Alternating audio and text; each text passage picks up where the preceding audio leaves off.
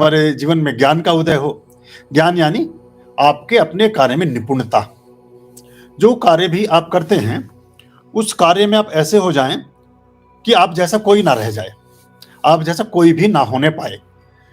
तब आप उस क्षेत्र के सिरमौर हो जाते हैं, आप हाई लेवल पे कामयाब हो जाते हैं। और सत्य की बात मैंने की, इन दोनों को रिप्रेजेंट करती हैं माँ बागेश्वरी, माँ सरस्वती देवी। आज उनकी पूजा उपासना का दिन है, उनके प्रकट उत्सव है आज का। तो दो बातें हैं जो हमारे इससे जुड़ी हैं, चूंकि उस पर भी हम जरा सा हम साथ में जोड़ लें तो अच्छा रहेगा। जो हिंदू शिरोमणि और हिंद की के सम्मान की रक्षा के लिए अपने प्राणों का उत्सर्ग जिन्होंने किया, पृथ्वीराज चौहान और वीर हकीकत राय, इन दो महान आत्माओं के आज परिनिर्वाण का, आज उनके महाउत्सर्ग का, आज उनके बलिदान का दिवस भी है। 16 बार हमला करने के बाद जब मोहम्मद गौरी विजय को प्राप्त नहीं हुआ और बार बार जीतने के लिए आता रहा और पराजित होकर के लौटता रहा, और हर बार पृथ्वीराज चौहान उसको वापस प्राणदंड ना दे करके उसे जीवन उसका मुक्त करके उसे माफ करके वापस भेजते रहे, तो 17वीं बार वो विजय को प्राप्त करता है। 17वीं बार वो जीत जाता है, और 17वीं बार जब वो जीत जाता है तो पृथ्वीराज चौहान को बंदी बना करके अपने साथ अफगानिस्तान ले जाता है, और अफगानिस्तान में ले जाकर के उनको ऐसी अमानवीय यातनाएं देता है, ऐसी क्रूर यातनाएं देता है जिनकी कल्पना नहीं की जा सकती। उनकी दोनों आंखें फोड़ दी जाती हैं और उनको एक कारागार में डाल दिया जाता है, और उनका शरीर को जगह जगह से भेज दिया जाता है। उनका हालचाल पता करने के लिए उनके राज कवि चंद्रबरदाई, जिन्होंने पृथ्वीराज रासों की रचना की, वो उनका हालचाल पता करने के लिए जब वहां पहुंचते हैं तो उनकी हालत देख करके, अपने महाराजा की हालत देख करके बहुत उनका हृदय द्रवित होता है। उनकी इस हालत को देख करके जेल में मिलने का समय मांगता है। जब जाकर कारागार में देखता है और अपने महाराजा की दोनों आंखें फूटी हुई देखता है और उनकी दुर्दशा देखता है, तो दोनों मिलकर के गुप्त मंत्रणा करते हैं, और उसके आधार पर यह तय किया जाता है कि अब बसंत पंचमी के दिन एक उत्सव किया जाएगा।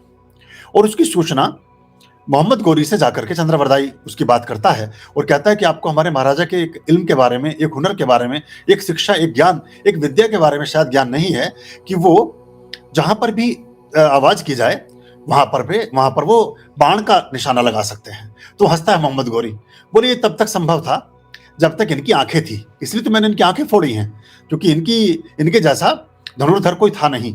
अर्जुन के बाद चंद्रबरदाई का नाम हमारे इतिहास में आता है।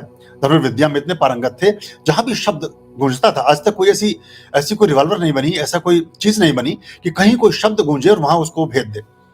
बहरहाल वो मोहम्मद गौरी झांसे में आता है, बहुत बड़ा मंच लगाया जाता है, बहुत बड़ा उत्सव का आयोजन किया जाता है, और चंद्रबरदाई पहुंचते हैं वहां। मोहम्मद गौरी भी वहां बैठे होते हैं ऊपर मंच पर, और सामने प्रस्तुत किया जाता है पृथ्वीराज चौहान को। पृथ्वीराज चौहान चूंकि चक्षुहीन है, दोनों आंखें उनकी फोड़ दी गई हैं, तो वहां चंद्रबरदाई कहता है कि हमारे महाराजा को पुरानी एक आदत रही है कि जब तक इनको हम आल्हा ना गा करके सुनाएं, जब तक हम इनको कुछ कोरस ना गाएं, अपनी भाषा में कुछ सुनाए नहीं, तब तक ये इनका पौरुष नहीं जागता। और वहां 7 तवे लगाए जाते हैं एक कोने में, लोहे के 7 तवे। तो वो कहता है पृथ्वीराज चौहान के विषय में कहते हुए कहता है चंद्रबरदाई कि यह 7 तवों के आर पार तीर को निकाल सकते हैं। जैसे ही आपका गुलाम पहले तवे पर चोट करेगा, ये जिस भी दिशा में होंगे वहीं से उस तवे को 7 तवों को आर पार करके तीर चला देंगे। ऐसी गुप्त मंत्रणा के आधार पर एक योजना बनाई जाती है।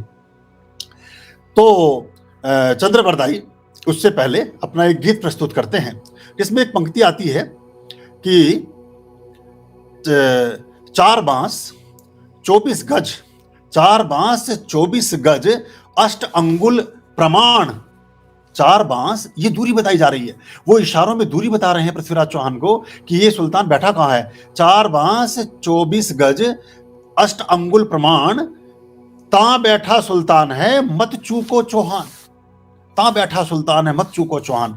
जैसे ही ये दूरी की परिमाप का पता चलता है पृथ्वीराज चौहान को, और वो दिशा का आइडिया लग जाता है, तो वो कहते हैं ये बाण क्यों नहीं चला रहे हैं मोहम्मद गौरी। तो कहते हैं कि आपके गुलाम हैं, आपने इनको कैदी बनाया हुआ है, जब तक आप आदेश नहीं देंगे तब तक ये बाण कैसे चढ़ाएंगे अपनी प्रत्यंचा पर, ये तभी धनुष बाण का इस्तेमाल करेंगे जब आप इनको आदेश देंगे। तो वो हुक्म देता है कि मेरे गुलाम पृथ्वीराज चौहान बाण चलाओ। बस उसे पता चल जाता है कि वो किधर है, और वहीं बाण लगता है जाकर के। 1 सेकंड में मोहम्मद गौरी नीचे धरती पर पड़ा नजर आता है। चक्षुहीन होते हुए पृथ्वीराज चौहान, आज के दिन उनके बलिदान का दिवस है, आज उन्हें हमें याद करना चाहिए। मैं इसलिए ये बातें आपसे बताता हूँ कि जितनी माताएं बैठी हैं, देखो पूजा पाठ इतनी सारी चीजें आप लोगों के लिए कराता हूं ना, अब हमेशा पूछते हैं क्या गुरु दक्षिणा दें, क्या आपकी फीस दें, क्या ये दो ना फीस। इन बच्चों को बैठा करके ये कहानियां सुनाओ, इन बच्चों को नेट पर फाइंड करना सिखाओ कि पृथ्वीराज चौहान को फाइंड करें, महाराणा प्रताप को फाइंड करें, छत्रपति शिवाजी को फाइंड करें, ये महारानी लक्ष्मीबाई को फाइंड करें, ये और जितने ये लुटे, जितने ये डकैत हैं, जैसे डकैत बाबर, डकैत अकबर, डकैत जहांगीर, डकैत शाहजहां, इनको ऐसे परिचित कराना प्रारंभ करें, क्योंकि कोई महाराजा वहाराजा नहीं थे, ये सब लुटेरे थे, डकैत थे, आक्रांता थे। इन्होंने हमारी अस्मिताओं को लूटा, हमारे देश को लूटा, हमारे हिंदुत्व को खराब किया।